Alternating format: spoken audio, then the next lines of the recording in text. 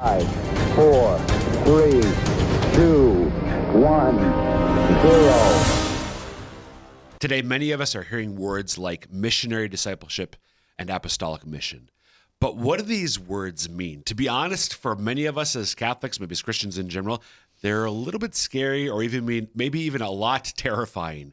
But don't worry, we're going to explain what they mean and how they're actually very inviting and exciting once you understand them. That's what we're going to be talking about today on Ignition. Welcome to the show. I'm your host, Dr. Chris Bergwald, and we want to set your faith ablaze so that you might live the adventure that comes from a relationship with Jesus Christ. Before we get into the topics of these scary words, we want you to know that we love listener feedback. So if you've got questions about today's episode, or if you have ideas for future episodes, please contact us. The easiest way to do so is by email, and the address is ignition@sfcatholic.org. Again, ignition@sfcatholic.org. Hard to say, easy to type. That's my new tagline for the address. Hard to say sometimes for Bergwald, easy to type. I'm joined in studio by, becoming a little bit less frequently, Renae Kranz. But Renae Kranz, I love the shirt. It matches the logo beautifully. Thank you so much for, being, I don't know. Fiery? Fiery. Yeah, it matches the logo and your personality. Yes, thank you. Renae, we are going to talk about these words today. And actually, this is something that you and I have talked about a little bit off and on. Sometimes there's this, you can sort of get in bubbles. Like people have different bubbles in their lives. We have like a the big Catholic bubble around our building There's half a the time where we big- forget that the people on the outside don't necessarily know what in the world we're talking about when we say something. Exactly. So it's and then that just for me in my work, I know the importance of making sure that you're speaking in a way that people are. You got to meet people, quote unquote, where they're at, as the saying goes, Or where they are. or where they are. I'm sorry, that was a little where they're at. where they are. Don't end the sentence with a preposition. Oh my gosh! I'm like, what? That's what we do in Minnesota. Are you going to come with? Are you going to come? I'm gonna say that so that it just annoys you. Hey, Renae, we're gonna go. You want to come with? Come with is normal, but the ad really drives me crazy. Sorry. My mom is cheering me on right now. Yes! Yeah, but it's my show, so I can say, meet true. them where they're Say it at. wherever you want. All I want. Anyway. So that's an important principle, frankly, in the work of evangelization, discipleship. But it's also easy. So relatedly, very much relatedly, have I ever talked to you about this great term that I came across years ago in the book by the Heath brothers, Made to Stick, called The Curse of Knowledge? No. So I love this. This is another way of getting at the same point we're talking about here, but it's just a fun idea, at least to me, and it's my show, so we'll talk about it. The curse of knowledge is the reality. When you learn something and it really becomes your own, it's hard. It's hard. You have to work to remember what it was like before you knew that thing. Right. Oh, that's so true. That's so true in all sorts of ways, right? So especially that, it's another idea of the whole bubble reality, that to get it outside the bubble, to remember what it was like before you learned it.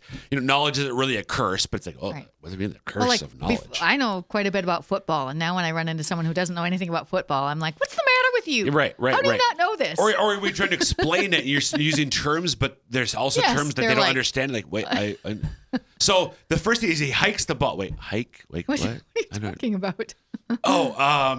He hands the ball to the quarterback. When he's in the shotgun formation or the whatever. What's going on? Right. This is not a conversation about football, so we're going careening. Sorry. So, but it's a conversation about some Catholic terms, inside baseball terms, inside the bubble terms, curse of knowledge terms, apostolic mission, and missionary discipleship. And I think they're very churchy terms globally, but certainly here in eastern South Dakota, the Diocese of Sioux Falls, they've been out there in a particular way. Right. Missionary discipleship is at the heart of the diocesan vision that Bishop DeGrood shared. If you've lived into Ignition more than a handful of times, you've probably heard the diocesan vision: lifelong Catholic missionary discipleship through God's love. But in case you haven't, check the archives. We talk all about it. And there it was. Apostolic mission, maybe not quite as well known to as many, but there are thousands of people who have at least heard of it because it's part of the title of a book, which you describe as the... I call it the Maroon Bible, but I'm not alone in that description. No, you're not alone. So the quote-unquote Maroon Bible, the book published by the University of Mary in Bismarck, North Dakota, our friends to the northwest, from Christendom to Apostolic Mission. Yeah. And many people in our diocese have read that. Again, we did 5,000. it as a diocesan book study. That's what I said earlier in the show when you were ignoring what I said, apparently, because I just said that. Okay. Whatever. So from Christendom to Apostolic Mission, in brief, the point of the book is that we're not living in a Christendom age when Christianity is the dominant influence. It still is an influence, but not by any stretch the dominant one anymore. So it's more like an apostolic age where the church is one influence among many, many competing influencers, like, on Instagram. Yeah. And so now it's more like the age of the apostles, the apostolic age, where they're going out into a culture that is looking either sideways or with a scowl. So indifferent or hostile. Yeah. And so how you operate as a church, how we operate, if you will, how we live in the society as Christians in an apostolic age is very different than from what you do in a Christendom age. But again, these are all churchy words that we're using. Right. And some people, very polite, oh yeah. When they're inside, they're like, I have no idea what the heck you're talking about. Or they think they know, but it's actually not quite the same thing that we're talking about. Exactly. So with and apostolic mission and missionary discipleship do get at similar things, but there are some distinctions. And in a minute here, I'm going to turn the reins of the show. Cross your fingers, ladies and gentlemen. So dangerous. Over to you to sort of because I, as you and I were talking about this, I thought it might be fun actually for you to ask some questions of me, because I am the expert on this show after all. So nothing. At least it will make it so I'm not just sitting here saying nothing most of the time. Just, Oh, there we go. Yeah. But before we get into this, I want to give an example from my own life of the relevance of, especially the last thing you said, like people might have an idea of what it means. That the idea is terrifying, but it's in fact not the reality. Right. So, for a time or two on the show, I've talked about my conversion story, my reversion, which happened when I was a college student at the University of Minnesota Twin Cities campus, which is not far from what is now U.S. Bank Stadium, where the Minnesota Vikings play. Renae. If you didn't hear that on radio, I just rolled my eyes. She just rolled her eyes. If you did, you probably heard, because I think there's even a little that came out too. So my conversion happens in college. And the campus evangelical Protestant campus missionaries who prompted my conversion very early on in our conversation, the second time we met, we're talking about what to be a Christian means. And I don't know if they used the word evangelize or they didn't probably use the word missionary discipleship, but the reality of to be a Christian means to be a missionary disciple. It means to evangelize. And in my head, I imagined, frankly, what they did. They're on a massive college campus in a big city, walking up to strangers and asking them questions about religion. Right. And in my head, as a cradle Catholic who we don't do that sort of thing. Right. From a small town a couple hours north of Minneapolis, St. Paul, the idea of going up to strangers and just starting up a conversation with them about religion, I had no interest whatsoever in doing that. So why didn't you have an interest in doing that? Because I think that's what people are feeling. Right. So okay. So the reason I had no interest in doing, and again, my point though, we'll get back to this. My idea of evangelization was not completely accurate. Right. So this is the idea I had based on because also based on when I was a little kid, and I'm at my grandparents.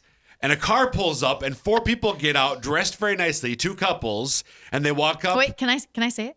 Not yet. No. Okay.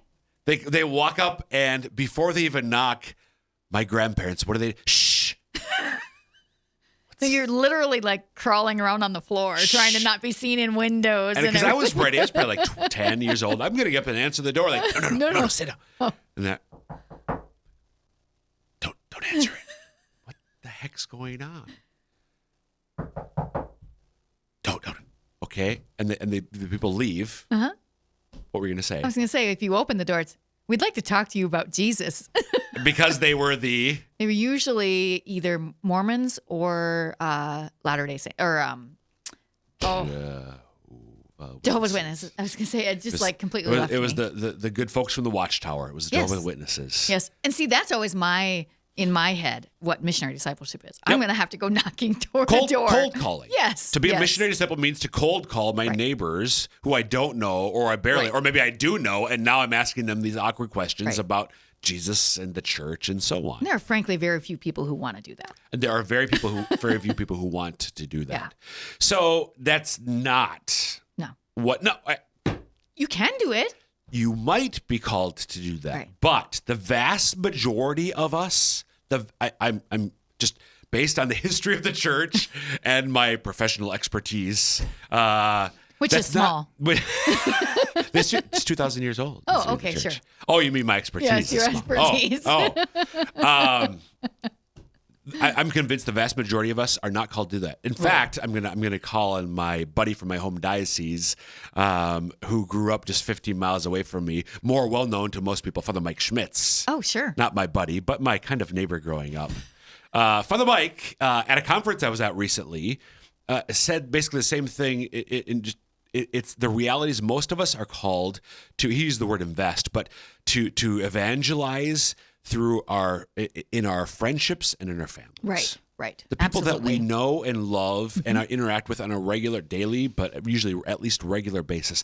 That's where the Lord really wants us, most of us, to be really attentive to. And how can I lead these people closer to Jesus? Right. For most of us, it's not friends and families because. But you don't. I know I was going to say you can have the reins. Maybe the last couple of minutes. We're 12 minutes in, and but I know. Yeah. But listen. So there was a sociologist who did a study of the Mormons. Okay. So Mormons, for us as Catholics, it's by diocese. Well, Mormons have districts. Okay. And Mormons also do the whole cold calling thing, right? Yep. A study was done of the conversion rate, if you will, of that's gotta be Mormon small. cold calling. Yeah. What percentage of people who become, let me put it this way. So I'm a Mormon missionary. I knock on your door, and I have no idea who you are, and you're not a Mormon. Right. What is the likelihood, this is at least in one district, what do you think was the likelihood that you as a non-Mormon would convert because of my cold calling your door? Given their active door knocking and their small numbers, I'm going to guess that's a pretty small percentage. You want to guess a number? It's probably less than 1%. It is less than 1%. It is 0.1%. 1 out of 1,000. So God bless those young men and women. Yeah. They knock on 999 doors and get no before, on average, they get a yes. Wow. Now, there's another scenario, though, that the sociologist, Rodney Stark is his name. Rodney Stark, when he looked at their numbers, what he found was a little bit different in another circumstance.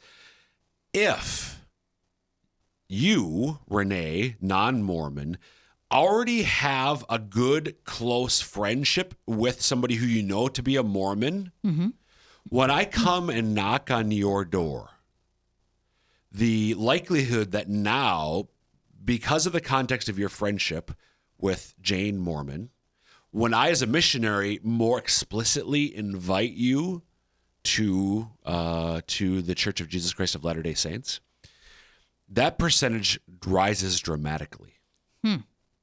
Want to guess how high? 20%. 50. Whoa.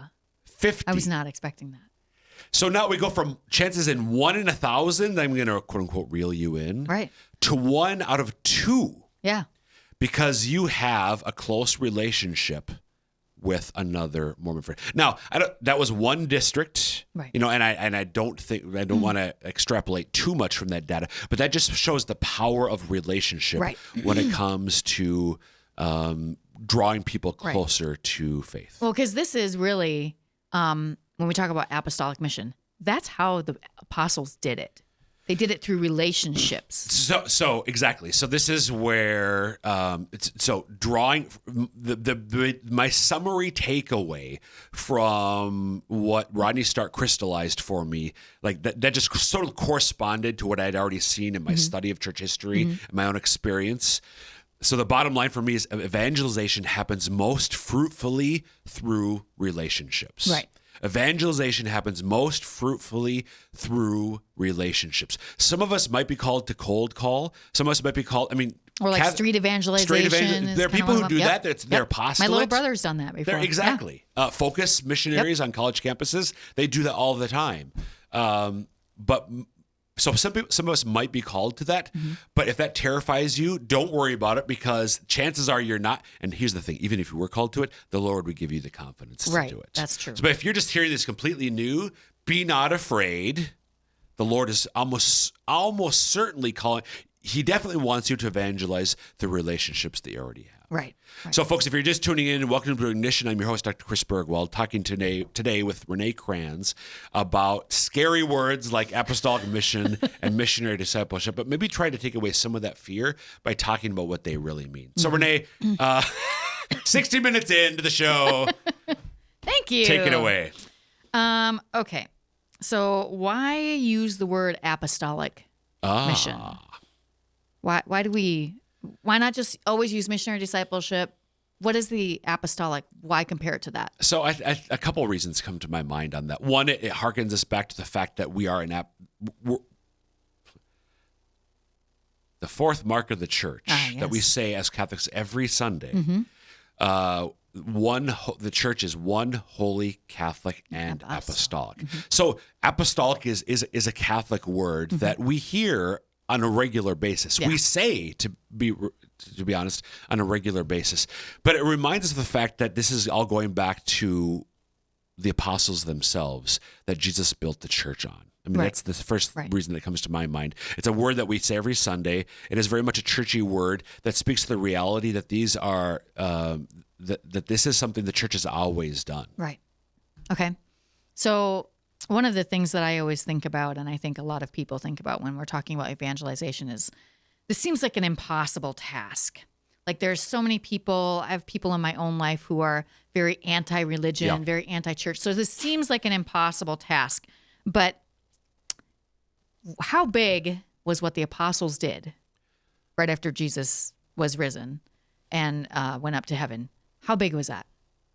What do you mean, how big? Like in their time, in their society, what they were able to do compared to what we have now available to us. Right. So this is where the Maroon Bible, as you call it, is a great little chart on a certain page. Are you imagining it right? It walks through all the material resources, the wealth, the books, the whatever that the apostles had at their disposal.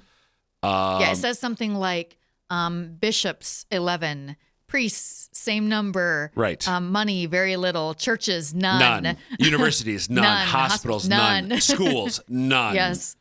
It goes through this big list of things that they have none. They have none of those things. And yet we are sitting here like, we can't do this. Right.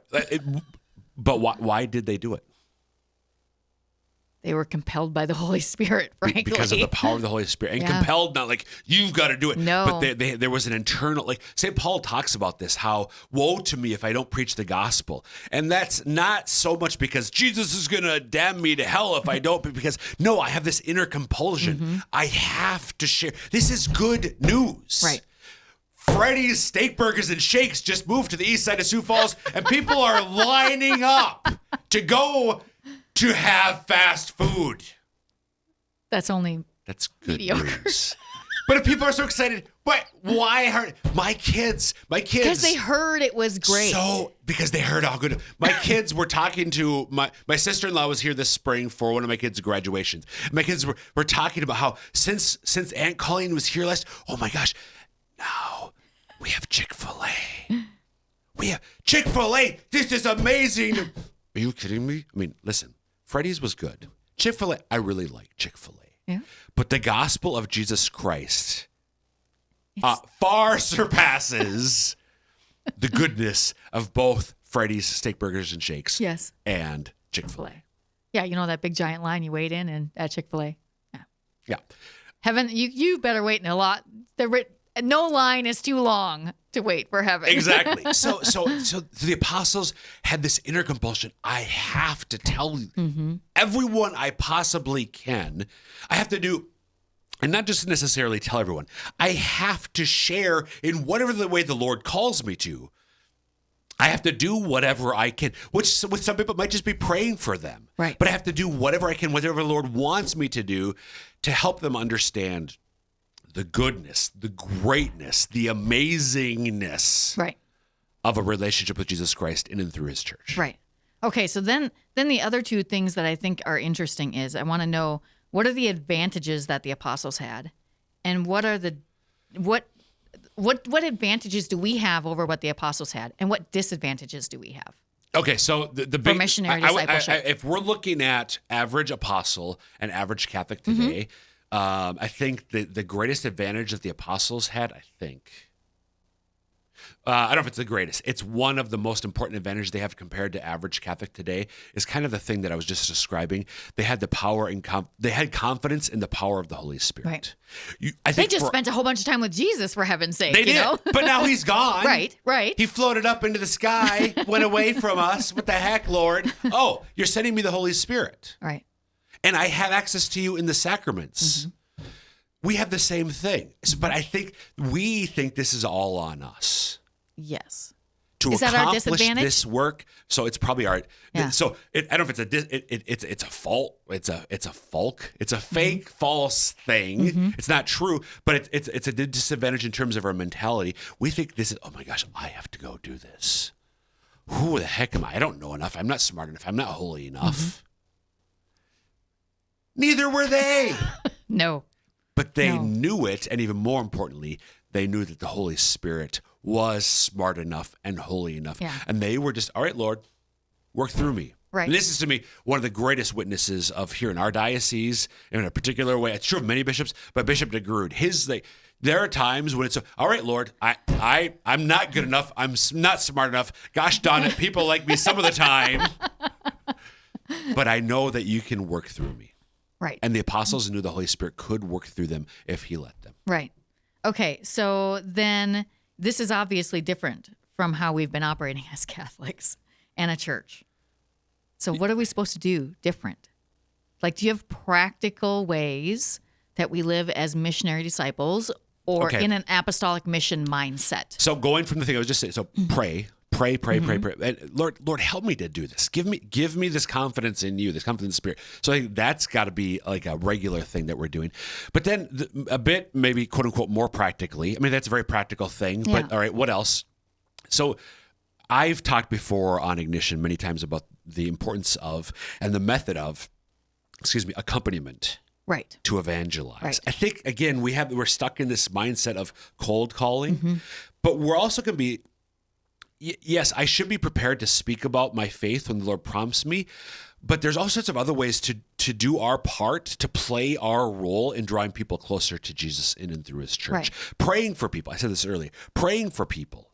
Do I pray on a regular basis? Yeah. And maybe tell them you're praying for them. Maybe that'd be hurtful. I don't know. Could be, yes. Could be. So praying for people. Listening well to get a sense of where people are at. Or at. To get a sense of where they're at. I don't know how else to say that. Sorry. Where they are. A sense of people, I got to say at. To listen to them, walking with them, a shoulder to cry on, supporting people.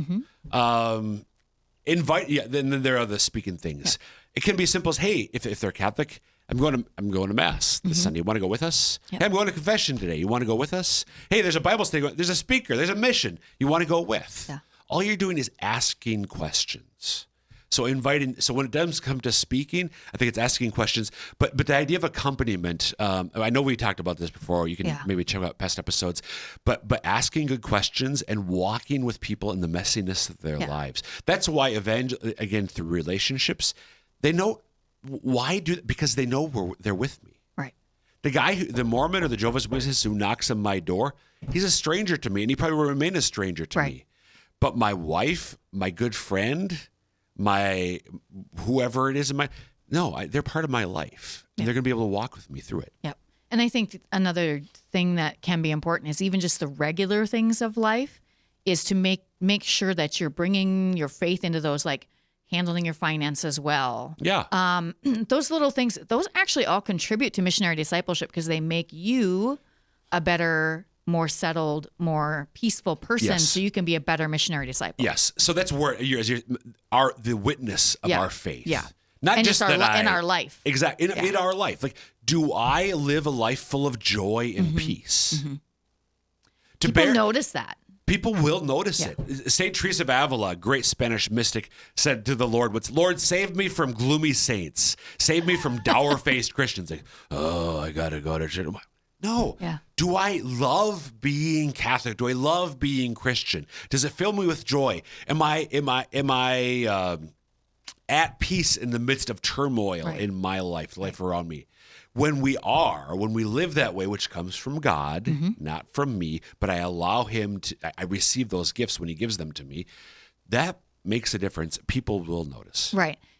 One person that comes to mind, we have like a minute left? Yep. Okay. One person that comes to mind to me, she's probably she'll love it, is Apollonia Davalos. Oh, sure. Absolutely. She just lives in, and I know she's an actress, but she just lives in this very exuberant, joyful, and she may not even mention God at all, but she just lives in that space all the time. And people are just like, whatever she's on, I want some of that. Exactly. Yep. I was going to use, as you were describing her, I was thinking exuberant. And that's exactly the word that you used. Very much so. So, do we have time for another one? Yeah, go. Let's see. Oh gosh. I'm not ready. You're not ready? I'm not ready. Oh, do priests come in here somewhere? Do they have to be missionary disciples? Every one of us is called to be a missionary disciple. What that looks like in our life. So priests are called, we want joyful, peaceful priests as well. But their particular role is definitely to form us as laity, and empower us and give us the confidence that we can do this too. I mean, they learned, they weren't born as priests. No, they were right? not. They were they received this formation, and they can offer from the gifts they've been given, they can offer that to us as lay people and encourage and empower us to go do what they too do, which is bear witness to Jesus Christ. Right. Okay, cool. Does that work, Renae? That works. These are not scary words. We can do this. Well, I'm sure we'll talk about this more in Ignition. Yeah. Thanks, Renae. Thanks. And folks, that will wrap up this episode. Again, you can email us, ignition@sfcatholic.org, with any thoughts, questions, or ideas for future episodes. Until next time, may God bless you.